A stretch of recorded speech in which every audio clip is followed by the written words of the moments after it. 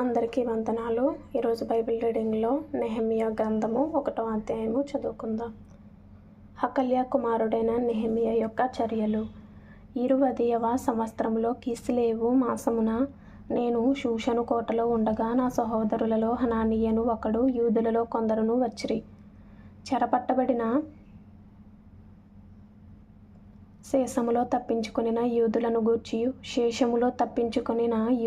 గూర్చియు యెరూషలేమును గూర్చియు నేను వారిని అడగగా, వారు చెరపట్టబడిన వారిలో శేషించిన వారు ఆ దేశములో బహుగా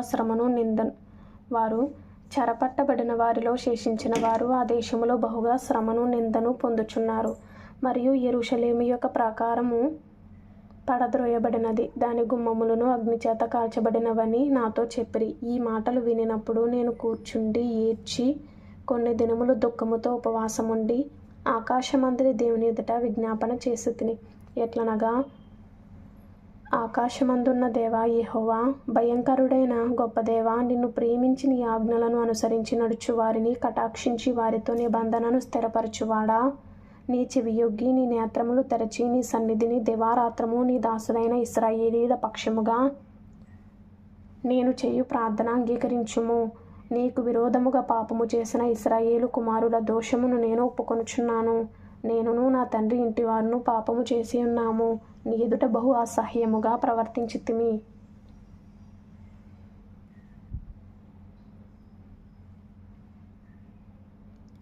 నీ సేవకుడైన మోషే చేత నీవు నిర్ణయించిన ఆజ్ఞలనైనను కట్టడలనైనను విధులనైనను మేము గైకొనకపోతిమి. నీ సేవకుడైన మోషేతో నీవు సెలవిచ్చిన మాటను జ్ఞాపకము తెచ్చుకొనుము. అదేదనగా, మీరు అపరాధము చేసిన ఎడల జనులలోనికి మిమ్మను చెదరగొట్టుదును. అయితే మీరు నా వైపు తిరిగిన ఆజ్ఞలను అనుసరించి నడిచిన ఎడల భూదిగంతముల వరకు మీరు తోలివేయబడినను అక్కడ నుండి సహా మిమ్మును కూర్చి నా నామము ఉంచుటకు నేను ఏర్పరచుకొనిన స్థలమునకు మిమ్మును రప్పించదనని నీవు సెలవిచ్చితివి గదా. చిత్తగించుము. నీవు నీ మహాప్రభావమును చూపి నీ బాహుబలము చేత విడిపించిన నీ దాసులకు నీ జనులు వీరే.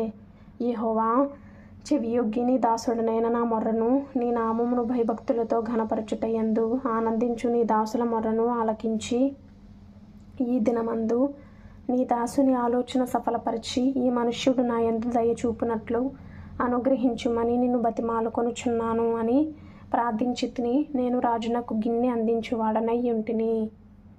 2వ అధ్యాయం చదువుతున్నానండి. అటు తరువాత అర్తహషస్త రాజు ఏలుబడి కాలమున 20వ సంవత్సరములో నీసాను మాసమందు రాజు ద్రాక్షరసము త్రాగవలనని చూచుచుండగా నేను ద్రాక్షరసము తీసుకుని రాజునకు అందించి తిని. అంతకు పూర్వము నేనెన్నడూను అతని ఎదుట విచారముగా ఉండలేదు. కాగా రాజు, నీకు వ్యాధి లేదు కదా, నీ ముఖము విచారముగా ఉన్నదేమి? నీ హృదయ దుఃఖము చేతనే అది కరిగినదని నాతో అనగా, నేను మిగుల భయపడి, రాజు చిరంజీవి అగునుగాక, నా పితరుల సమాధులుండు పట్టణము పాడైపోయి దాని గుమ్మములను అగ్నిచేత కాల్చబడి ఉండగా నాకు దుఃఖముఖము లేకపోవునా అని రాజుతో అంటిని. అప్పుడు రాజు, ఏమి కావలసి నీవు మనవి చేయుచున్నావని నన్ను అడుగుగా, నేను ఆకాశమందలి దేవునికి ప్రార్థన చేసి రాజుతో, నీ సముఖమందు నేను దయ పొందిన ఎడల నా పితరుల సమాధులుండు పట్టణము తిరిగి కట్టునట్లుగా నన్ను యూదాదేశమునకు పంపుడని వేడుకొనుచున్నానని నేను మనవి చేసేదిని. అందుకు రాజు రాణి తన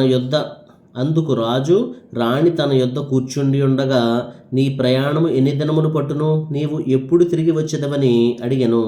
నేను ఇంతకాలమని చెప్పినప్పుడు రాజు నన్ను పంపుటకు చిత్తము గలవాడాయను. ఇదియుగాక రాజుతో నేనిట్లంటిని, రాజునకు అనుకూలమైతే యూదాదేశమున నేను చేరు వరకు నన్ను దాటించినట్లుగా నది అవతలనున్న అధికారులకు తాకీదులను, పట్టణ ప్రాకారమునకును మందిరముతో సంబంధించిన కోట గుమ్మములకును నేను ప్రవేశింపబో ఇంటికిని దూలములు వ్రానులు ఇచ్చునట్లుగా రాజుగారి అడవులను కాయు ఆసాపునకు ఒక తాకీదును ఈయుడని అడిగితిని. అలాగు నాకు తోడుగా ఉండి నాకు కృప చూపుచున్న నా దేవుని కరుణా హస్తము కొలది రాజు నా మనవి ఆలకించెను. తరువాత నేను నది అవతలనున్న అధికారుడి యొద్దకు వచ్చి వారికి రాజు యొక్క తాకీదులను అప్పగించితిని. రాజు నాతో కూడా సేనాధిపతులను గుర్రపు రౌతులను పంపించెను. హోరోనీయుడైన సన్బల్లటును అమ్మోనీయుడైన టోబియా అను దాసుడును ఇశ్రాయేలీయులకు క్షేమము కలుగుజేయు ఒకడు వచ్చినని విని బహుగా దుఃఖపడిరి. అంతటా నేను యెరూషలేమునకు వచ్చి 3 దినములు అక్కడనే ఉండి రాత్రియందు నేనును నాతో కూడానున్న కొందరును లేచితిమి. యెరూషలేమును గూర్చి దేవుడు నా హృదయమందు పుట్టించిన ఆలోచనను నేనెవరితోనైనను చెప్పలేదు. మరియు నేను ఎక్కియున్న పశువు తప్ప మరి ఏ పశువును నా యొద్ద ఉండలేదు. నేను రాత్రి కాలమందు లోయ ద్వారము గుండా భుజంగపు బావి ఎదుటికిని పెంట ద్వారము దగ్గరకును పోయి పడద్రోయబడిన యెరూషలేము యొక్క ప్రాకారములను చూడగా దాని గుమ్మములు అగ్ని చేత కాల్చబడి ఉండెను. తరువాత నేను బొగ్గ గుమ్మమునకు వచ్చి రాజు కోనేటికిని వెళ్ళితిని గాని నేను ఎక్కియున్న పశువు పోవుటకు ఎడము లేకపోయాను. నేను రాత్రియందు మడుగు దగ్గర నుండి పోయి ప్రాకారమును చూచిన మీదట వెనుకకు మరలి లోయ గుమ్మములో బడి తిరిగి వచ్చి తిని. అయితే నేను ఎచ్చటికి వెళ్ళినది ఏమి చేసినది అధికారులకు తెలియలేదు. యూదులకే గాని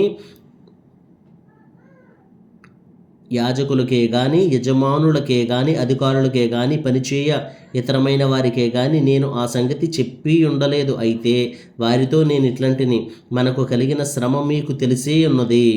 యెరూషలేము ఎట్లు పాడైపోయినో దాని గుమ్మములు అగ్నిచేత ఎట్లు కాల్చబడినో మీరు చూచున్నారు. మనకు ఇక మీదట నింద రాకుండా యెరూషలేము యొక్క ప్రాకారములను మరలా కట్టుదము రండి.